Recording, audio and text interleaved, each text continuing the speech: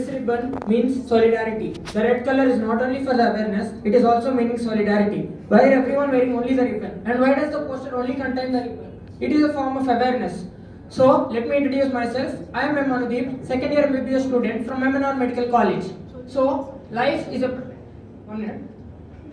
precious gift full of love, surprises and challenges. With support, care and confidence, nothing is impossible. Whatever may be the challenge, one can emerge victorious with global solidarity and shared responsibility. Now it is time to invest, innovate and integrate HIV services to primary healthcare by prioritizing the key populations, which are men who have sex with men, sex workers, transgender people and people in prison and closed settings, and people who inject drugs. Female sex workers among them are 26 times more, whereas people who have IV drug abuse are 35 times more. This red color and the red ribbon is not only for AIDS, it is also for drug abuse, which is a cause for AIDS. Now, the gay men and other men are 25 times more and transgender women are 34 times more. Coming to the theme of WHO, the theme for this year is equalize. Ending AIDS is everyone's shared responsibility. We must equalize access to everyone by testing, care and treatment. Coming to the treatment, antiretroviral therapy. What does it do? ART or antiretroviral therapy is the daily use of a combination of HIV medicines to treat, prevent and cure diseases.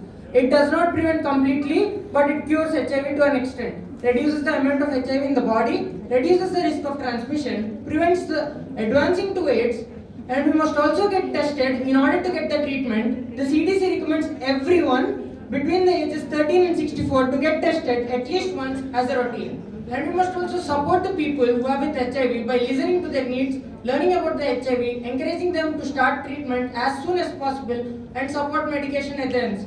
Now, talking about the stigma, when people are not able to come out that they are gay, how can they come out they are HIV positive? So we must talk openly about the HIV and stigma and choose supportive language that is not stigmatizing. Speaking out correct myths and stereotypes. Coming to stereotypes, kissing and handshake does not cause HIV. We must educate ourselves and also others who are not in our medical profession. For example, the older people in our house, those still think that HIV is a contagious disease and it is also caused by kissing. That is wrong. We must educate ourselves and also others. HIV is transmitted 10% by the use of non-sterile syringes and 10% by pregnancy, other 5% by blood transfusion, 5% by organ transplant, and major chunk 80% by unprotected sex.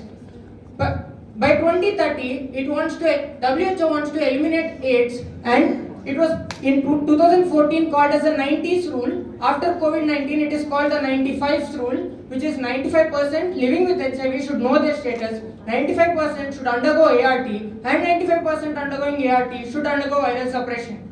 Everybody knows about the AIDS day, but spread awareness about the testing day, where it is done free of cost to everybody on that day.